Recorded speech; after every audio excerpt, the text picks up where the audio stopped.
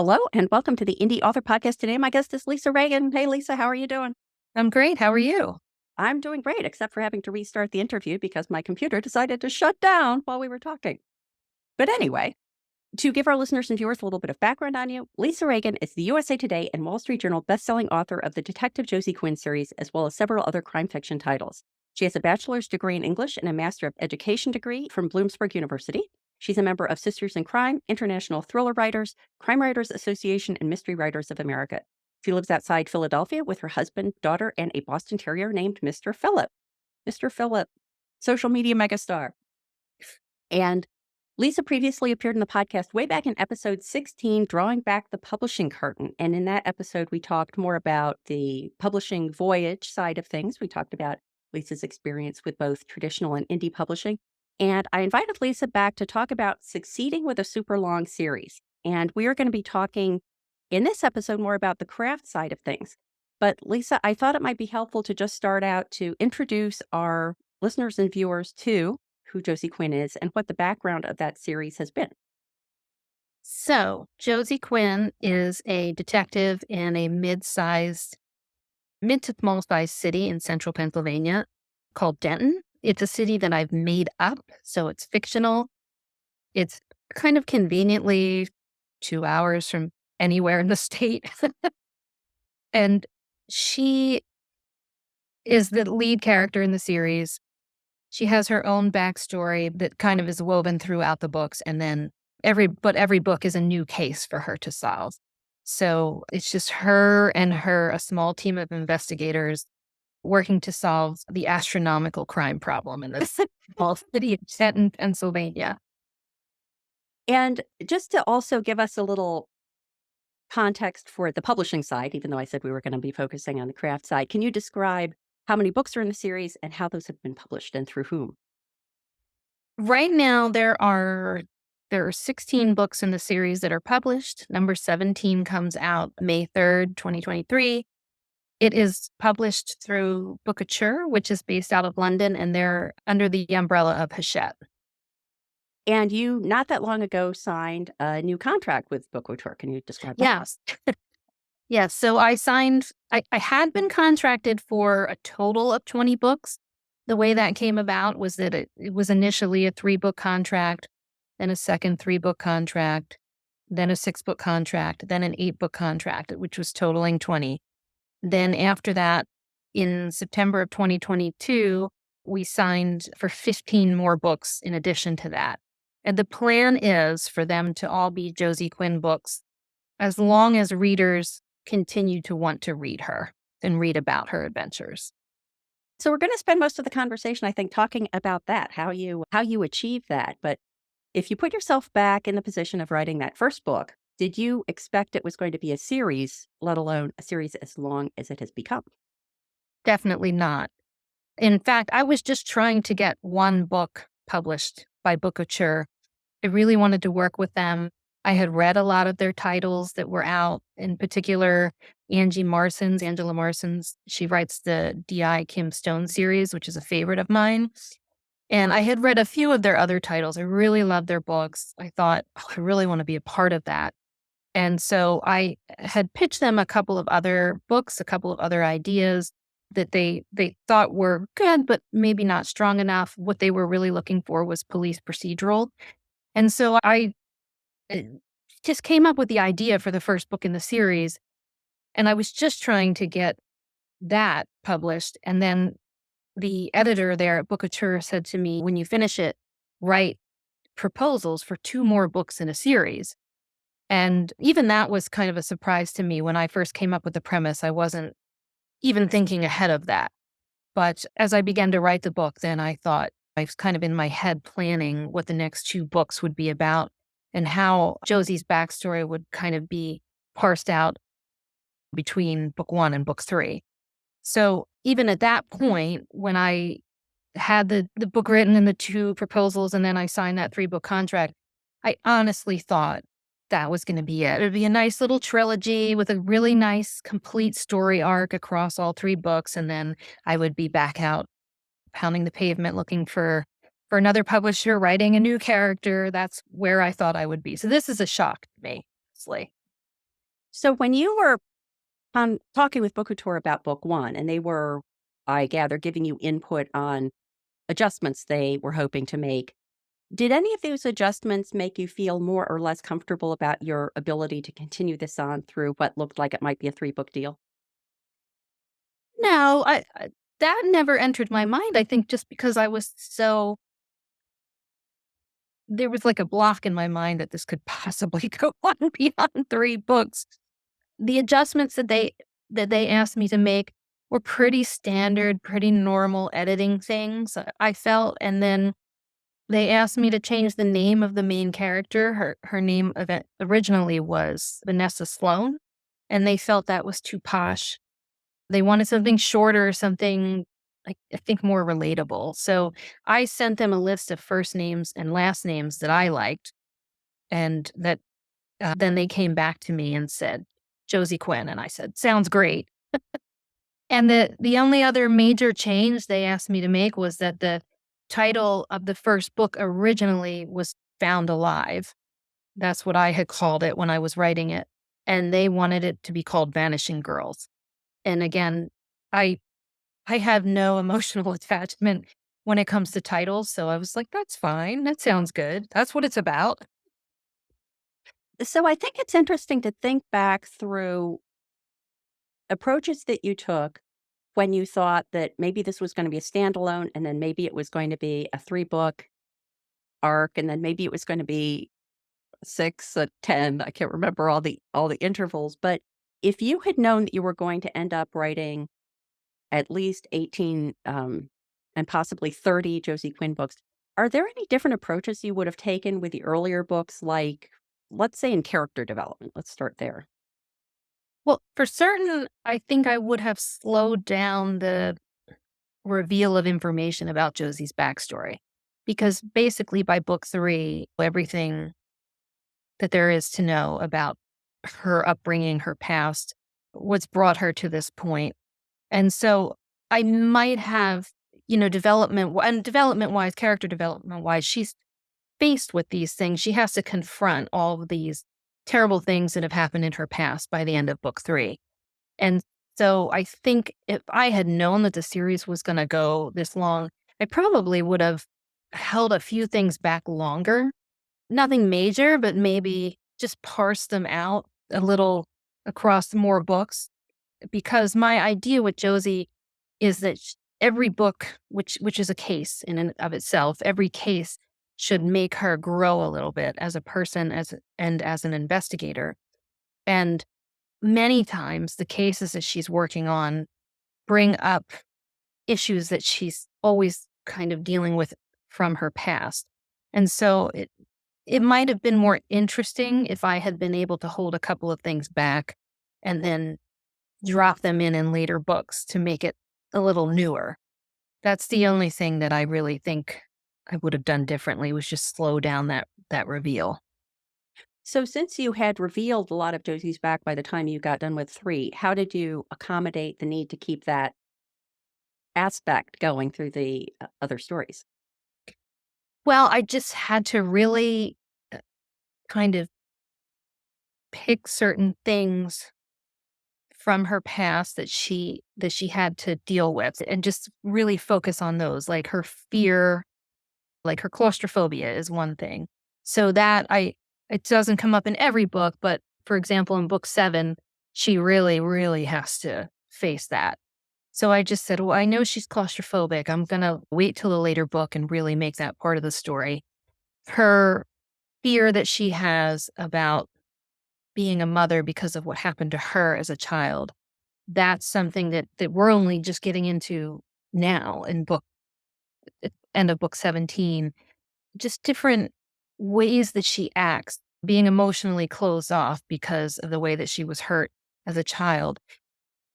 You know, I think in book 4 maybe is when that kind of emotional facade begins to, or that emotional wall begins to break down. So I've just kind of taken elements of her emotional makeup, and I try to work on one small aspect with every book. Are you also able to fill in with backstories from the other characters? Because I know you've done some interesting reveals of characters that maybe started out as sort of tangential characters and then became more and more Yes. upfront. Yes. And that's the kind of fun thing about doing a long series is that you build your team and then you get to pick and choose what you reveal about each character. So, for example, in book 2, I had introduced a detective named Gretchen Palmer, and we knew a couple of things about her, but we didn't really know what they meant. And so when Bookouture came to me and we signed the next contract and I had to write a book 4, I thought, well, I'll make this Gretchen's book. And so it will be all about Gretchen's backstory. In book 2 and book 3, we know she wears this old ratty leather jacket. We know that she's very closed off like Josie. So book 4 was all about her past. And in that same vein, in book 3, I introduce a new chief of police. And he's just really abrasive and gruff and difficult the entire time that he's there. And in book 11, something happens to Josie and he gives her this rosary bracelet. And he tells her, he means it to comfort her. And then he tells her, you'll give it back to me. Ooh. And she says, how will I know when to give it back to you? And he just says, you'll know. You'll know when the time is right. And then in book 14, that's the chief's book. I made that book about him and his past. And that is, in fact, the book when Josie gives the rosary bracelet back. And so I managed to use the secondary characters in that way. Some of them, they appear and you'll get their backstory in 2 or 3 books. But, like in the interest of stretching things out, the chief, we just get a little kind of nugget here and there, but then you don't get his full backstory until book 14. So it's like a solid 11 books between meeting him and knowing what he's all about. So did you know when Chitwood said that Josie would know when to give it back, did you have any idea of what the circumstances were going to be? No, none at all. None at all. And that was the fun. That was the fun and the real joy of writing a series is I knew that he was going to have his own book. And I knew that there was a reason why he had this rosary bracelet and why he would give it to her. I had no idea until I sat down and started delving into his story what any of the backstory behind those things would be. It is really interesting because I love the evolution of Chitwood in the books. And back when he first said that, you could imagine that the payoff of that could be that he's done something super terrible and now whatever, or he's done something kind of uncharacteristically thoughtful and it pans out that way. So I can see how that would be fun, having it in your power to decide which way that early hint was going to go. How do you keep track of that? Do you have some kind of like tickler list of things like that you can feed into future books? Not so much a tickler list as, with the core team, for me, it's small enough in my mind that those things are always front of mind for me. I just, as I'm working through the books or as we're planning the next few books, I kind of look at the plans and say, is this a good time to put this in? When would this have the most impact, the most emotional impact to delve deeper into the story or to, it was kind of like, for me, when is the best time and the most impactful time for Josie to give him that rosary bracelet back? And I was kind of looking ahead, trying to see that. And then book 14 happened to be his book. And I was like, well, it has to be book 14. So. And how do you balance if a book is Chitwood's book or it's Gretchen's book? How do you balance the reveals that are going to take place for those characters against the fact that Josie still is the protagonist, is the one that I think people come back book after book after book to see? Right. Yeah, she is. And for me, my golden rule is always that Josie drives the plot. So it doesn't matter whether it's a case where she doesn't know any of the people involved in the case, or if it is, in fact, one of the core team characters' books, because it's still a case. And so she drives the plot. So she is always the one that is investigating, that is finding clues, that is trying to figure out what they mean, that is questioning people, that is filling the lab to run down these results or that sort of thing. So as long as she is always moving the cases forward, it kind of doesn't matter whether it's a team member or not. But she's got a more of an emotional connection to the team members. So for me, those books are always a little bit easier and more fun to write because she's really got a bigger emotional stake in the outcome. Yeah, for some reason, when you were talking about that, I jumped to the idea that a challenge in writing a series is that things are always happening to the protagonist, and people are obviously willing to accept eh, what's plausible in terms of fiction. The fact that Denton does have a ridiculously high murder rate in comparison to the rest of Pennsylvania, but there's that sort of emotional, or I won't say emotional, but plot aspect. Josie always has to be the one who solves the case, and that makes sense in the role. I think it's perfectly plausible. The thing that it made me think of is protagonists getting injured. And I know that I think in my Ann Kinnear books, in all the Ann Kinnear books, Anne gets banged up in one way or the other. And then book 6 came along and I was like, I don't know. I just feel like she can't get banged up again. And so what happens to Anne physically in book 6 is not as traumatic as what happened to her in some of the other books. How do you deal with that? That idea that the action or the emotions always have to be happening to the primary character. And if that's happening over 30 books, how do you sustain the plausibility around that? I mean, I think that half of it is just, you know, you have this unspoken pact with your readers, which is that clearly this isn't really realistic. So I'm asking you to suspend your disbelief for the love of this character and this team of characters, and just to look at this as pure entertainment and not, a documentary. So part of it is that.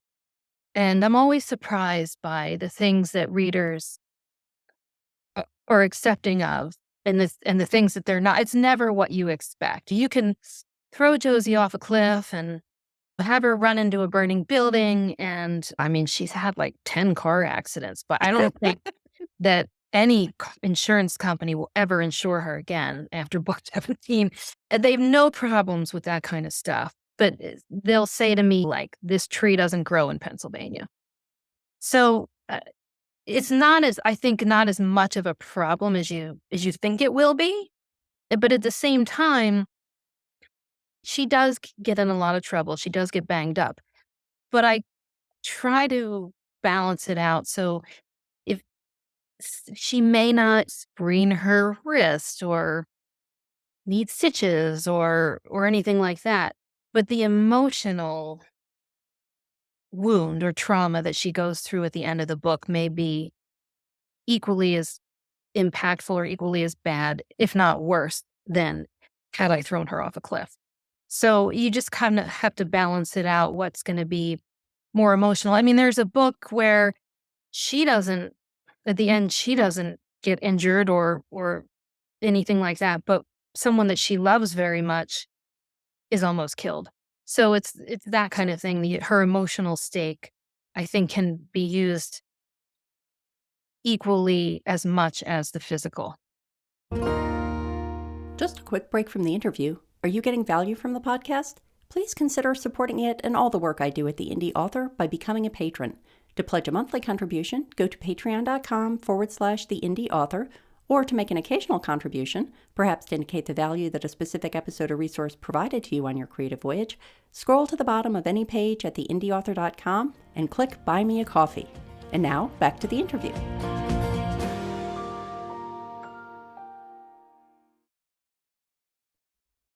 What you were saying about the things that readers are and aren't willing to go along with, and the example of the tree that doesn't grow in Pennsylvania, although it could grow in Denton, who's to say?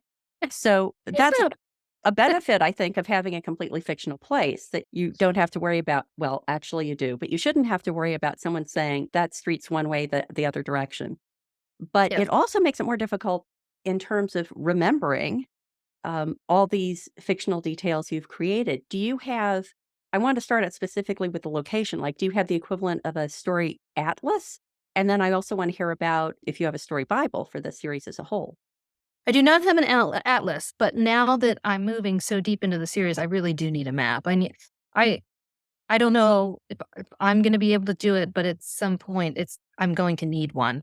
I do have a series Bible, and that is prepared for me by this wonderful woman, Claire Milto. She reads every book, and she puts everything into the Word. It's just a Word document. It's color coded. It's searchable. And she puts everything in there, every character, main characters, minor characters, every geographical location, every business, every school, anything that you can think of, every bridge, every river, every creek. She puts all of those things into it so that I can search it.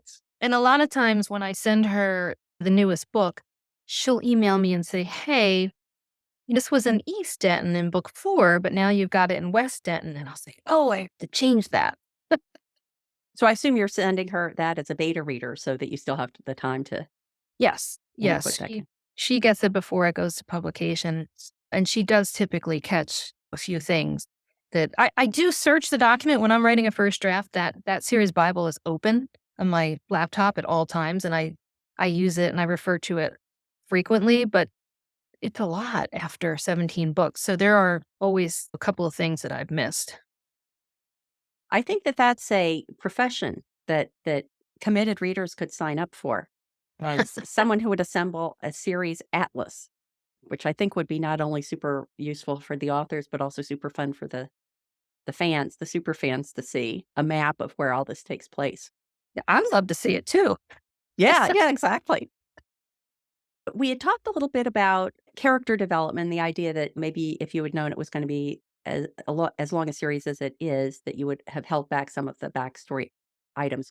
How about plot? If you go back in the Wayback Machine and you think about thinking that the series was going to be 3, let's start there. Are there things you would have done differently plot wise? I don't think plot wise, only because every book is its own case. So to me, if there are stories I want to tell or cases I would like Josie to solve, I mean, we'll get there eventually as long as the series continues to go on. So I'm not sure that that's really a consideration since every book can stand on its own.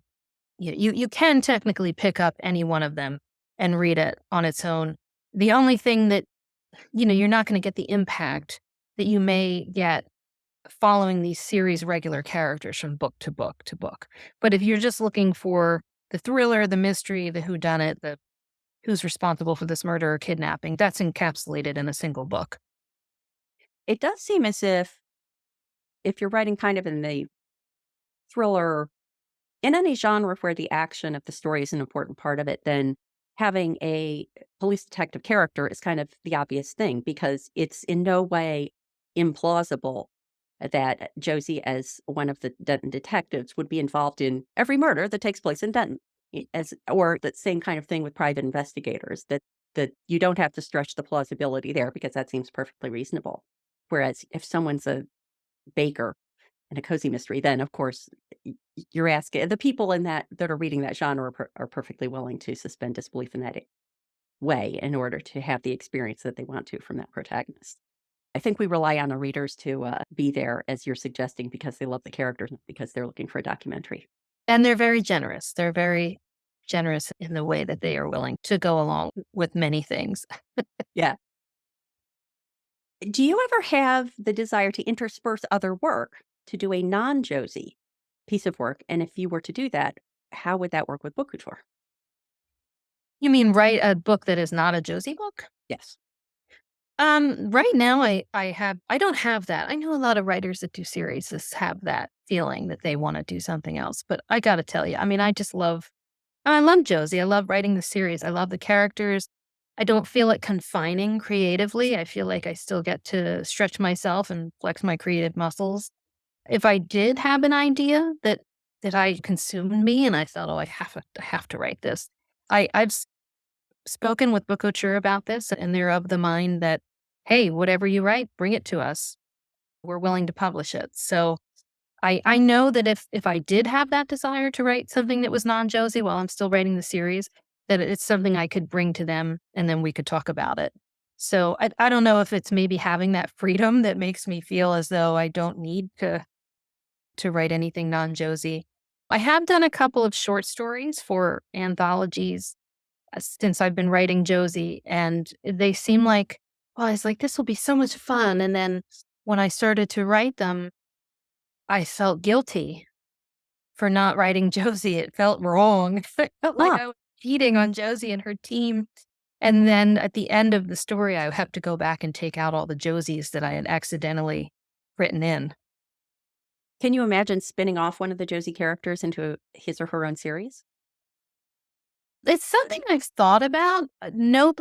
I mean, I've had a couple of loose ideas. There's a character who's come back in 16 with a dog. He's now the canine consultant, and I think that might make it a really interesting series spinoff. I don't know if that character is well liked or strong enough to carry a series by himself, though. So, other than that, I can't really think of a minor character that the readers love enough to sustain that. Mm. So if you think back to those early Josie books, what do you think you did right that has enabled you to keep your own interest in Josie and that circle of people through 18 books and anticipating keeping it through 12 more?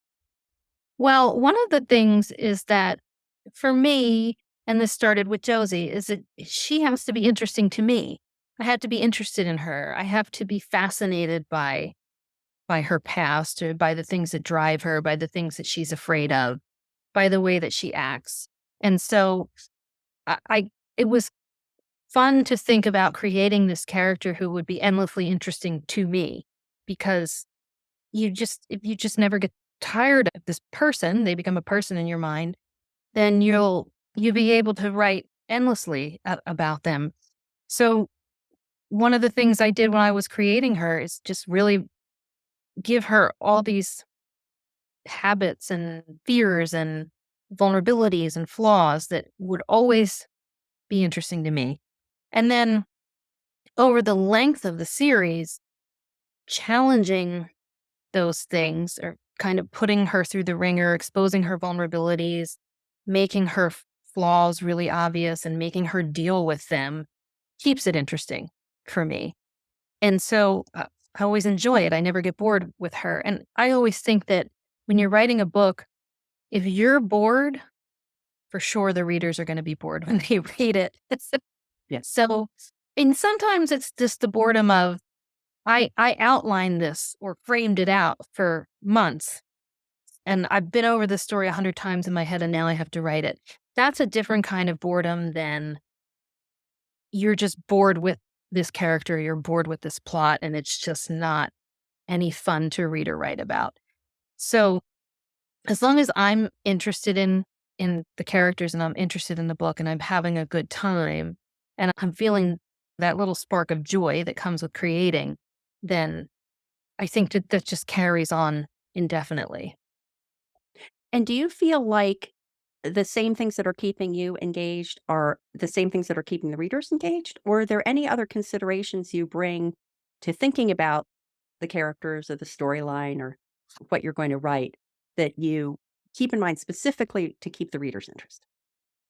I hope that the readers feel the same way that I do, which is that they feel like Josie is a real person with real flaws and trauma and vulnerability, and she's really trying to work through it just like any of us would. And sometimes she fails, sometimes she triumphs, just like any person.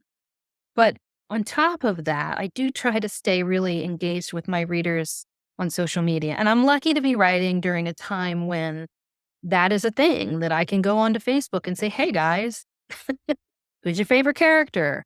Um, what would you like to see Josie do next?" I mean, I can ask them questions and I can listen to their responses. And I think that that's really important, is that engagement. And I do listen to readers in the sense that if I put a book out and they're all coming back to me with the same feedback, like, "Oh, we really love this minor character," well, then I'm going to say to myself, let's bring that character back in a future book, because like all these people keep talking about her. So I try to listen to them i- in that sense. If they're all coming back to me with the same feedback, that's something that I will take into account. And I think that that makes them a little more invested in the series.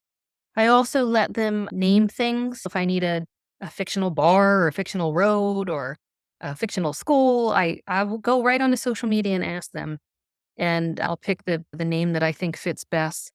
And then I do run occasionally the name a character contests, which they love. So I try to like give them a little bit of investment in the series just beyond, I really love this main character and her team.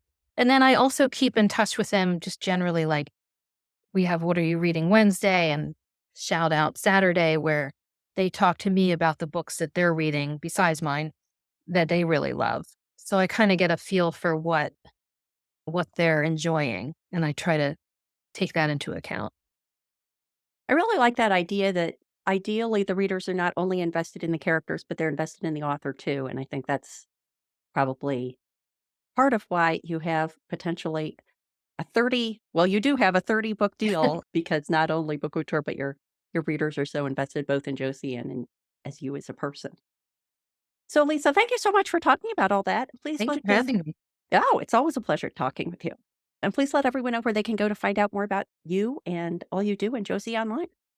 So the best place to go is probably just my website, which is www.lisaregan.com, lisaregan.com.